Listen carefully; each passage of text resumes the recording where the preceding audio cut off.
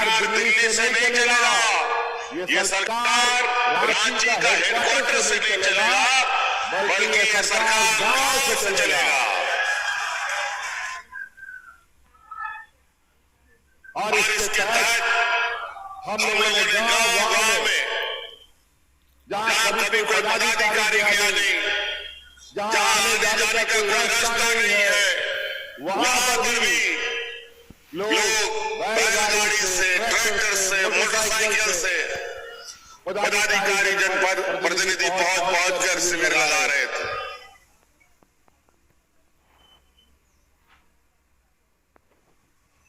और उन शिविरों से जो खबर आई और उन शिविरों से जो आवेदन हमें मिला, उन आवेदनों को देखने के बाद बड़ा विचित्र हालत राज्य की बनी हुई है।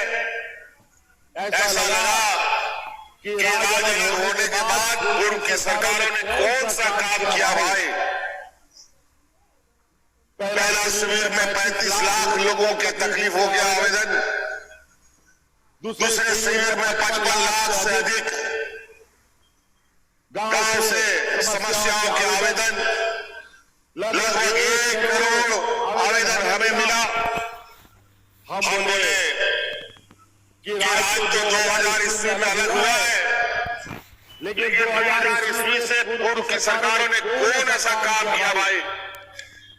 अगर कुछ काम किया होता तो इतना समस्या कैसे रह गया है गांव में। आज चारों तरफ लोगों का दुनिया भर का समस्या, बुजुर्गों का समस्या, विधवा महिलाओं का समस्या, किसानों की समस्या, नौजवानों की समस्या, हमारे पढ़ने वाले बच्चों की समस्या, चारों तरफ समस्या।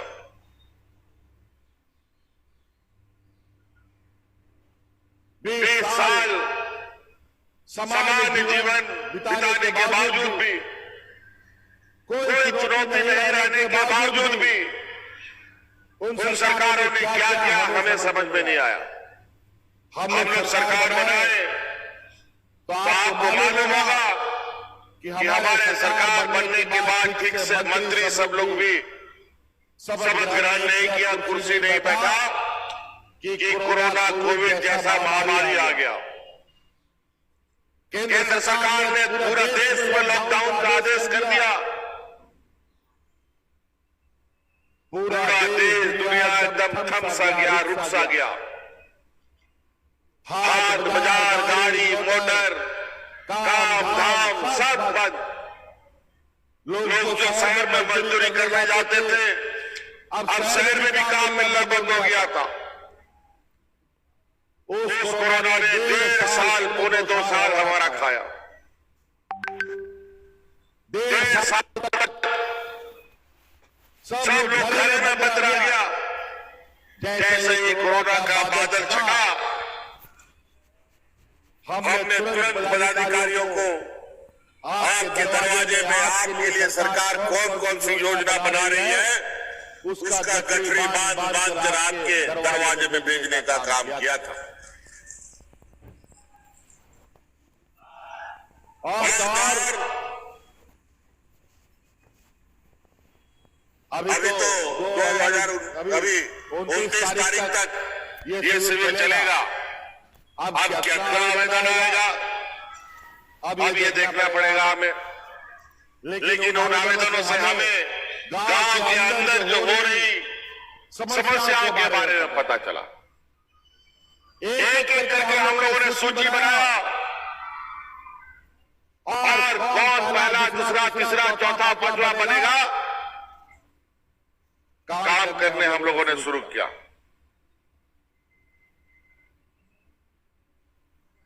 और आज उन आवेदनों का नतीजा है कि आज गांव में कोई भी बुजुर्ग, 60 साल से अधिक, कोई भी विधवा महिला, कोई भी हमारे अपंग व्यक्ति, बच्चा बीमा लगा के ढूंढिएगा तो बिना पेंशन का नहीं मिलेगा।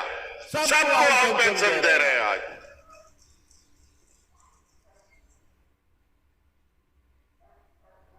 इन लोगों ने तो राजनीतिक होने के बाद 2019 तक सरकार चलाया, डबल इंजन की सरकार चली। उस समय आपको पता है इन लोगों ने इतने वर्षों में मात्र 16 लाख लोगों को देश में पूरे राज्य में पेंशन दिया।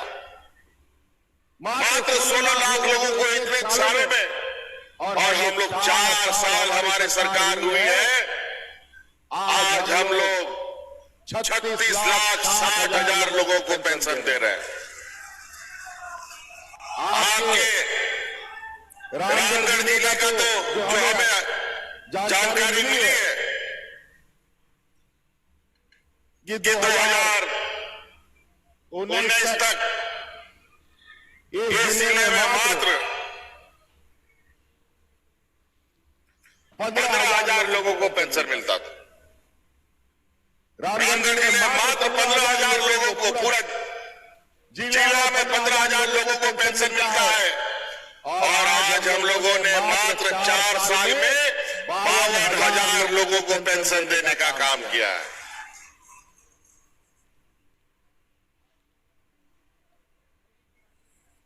तरह तरह की योजनाएं हम लोगों ने किसानों के लिए योजना बनाया, हम लोगों ने महिलाओं के लिए योजना बनाया, हमारे कम पढ़े लिखे नौजवान मजदूर लोगों के लिए योजना बनाया, हम लोगों ने हमारी आने वाली पीढ़ी के लिए, हमारे छात्र छात्राओं के लिए योजना बनाया, सभी के लिए।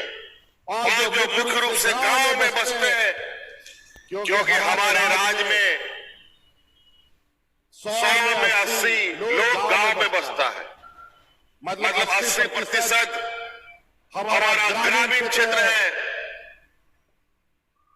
गांव देहात खेती बाड़ी से जुड़े लोग हैं। आज राज्य का विकास करने का मूल आधार गांव की मजबूती होनी होगी। जब तक गांव मजबूत नहीं होगा, किसान सशक्त नहीं होगा, महिलाएं सशक्त नहीं होगी, तो राज्य कभी मजबूत नहीं हो सकता।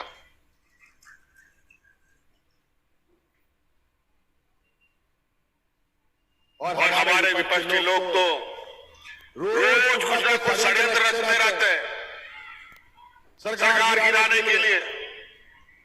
कभी विधायकों की सदस्यता ले लेते हैं, कभी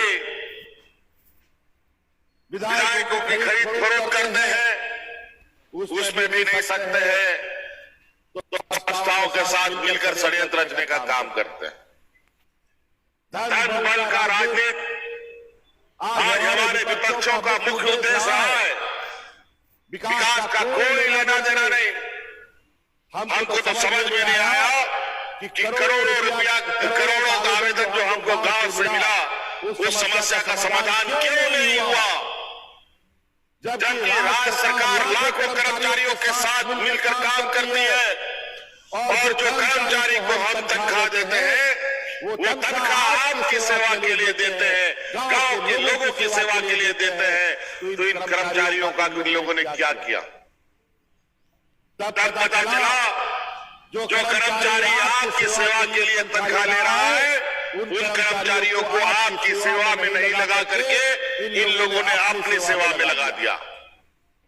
और नतीजा राज्य दिन ब दिन बीमार राज्य,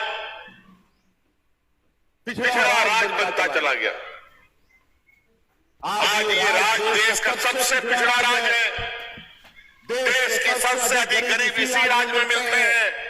देश में सबसे अधिक मजदूर झारखंड में ही है, इसीलिए इसको सबसे पिछड़ा राज्य कहता है। जब राज अलग हुआ था, हमारे दिसम गुरु शिबू सोरेन जी, विनोद बिहारी महतो, हमारे निर्मल महतो, अनेक ऐसे वीर शहीद लोगों के जो अलग राज्य की लड़ाई लड़ी, इसके ताकत पर जो 2000 ईस्वी में हमें राज मिला, उस समय हमारे पास सरप्लस बजट था। सबसे पहले जब मुख्यमंत्री राज बनने के बाद मुख्यमंत्री बनने का जो हमारे विपक्ष के लोगों को मिला, उस समय हमारा राज्य का खजाना भरा हुआ था, लेकिन आज राज्य का खजाना खाली हो गया। घाटे का बजट चल रहा है, आखिर वो भरा हुआ पैसा कहां चला गया? ये सारा पैसा हमारे विपक्ष के लोगों ने अपने जेबों में डाला। आज यही वजह है कि हमारे बूढ़े बुजुर्गों को पेंशन नहीं मिलता था, यही वजह है कि विधवा महिलाओं को पेंशन नहीं मिलता था, यही वजह है कि हमारे विकलांग लोगों को पैसा नहीं मिलता था। और आज देख लीजिए, 60 साल से ऊपर एक भी बुजुर्ग बिना पेंशन का नहीं मिलेगा, एक भी विधवा महिला बिना पेंशन की नहीं मिलेगी, एक भी विकलांग बिना पेंशन का नहीं मिलेगा। आज जो आपका अधिकार था, वो अधिकार हमने आपको दरवाजे खटखटा कर देने का काम किया। आज स्थिति यह है कि एक घर में 2-2, 3-3 पेंशन लिया जा रहा है। आज मुख्यमंत्री रोजगार सृजन योजना के माध्यम से हमारे जो गांव देहात के पढ़े लिखे, कम पढ़े लिखे नौजवान हैं, चाहे महिला हो चाहे पुरुष हो, अब स्वरोजगार के लिए अगर कोई काम करना चाहता है, कोई दुकान चलाना चाहता है, महिला सैलून खोलना सिलाई मशीन खोलना चाहती है, ब्यूटी पार्लर खोलना चाहती है, नौजवान अगर कोई राशन दुकान चलाना चाहता है, सीमेंट दुकान चलाना चाहता है, छड़ दुकान चलाना चाहता है, और अगर उसके लिए आपके पास पूंजी का अभाव है तो पूंजी राज्य सरकार आपको देगी। आप अपना काम शुरू करना शुरू कर दीजिए। तो कई ऐसी चीजें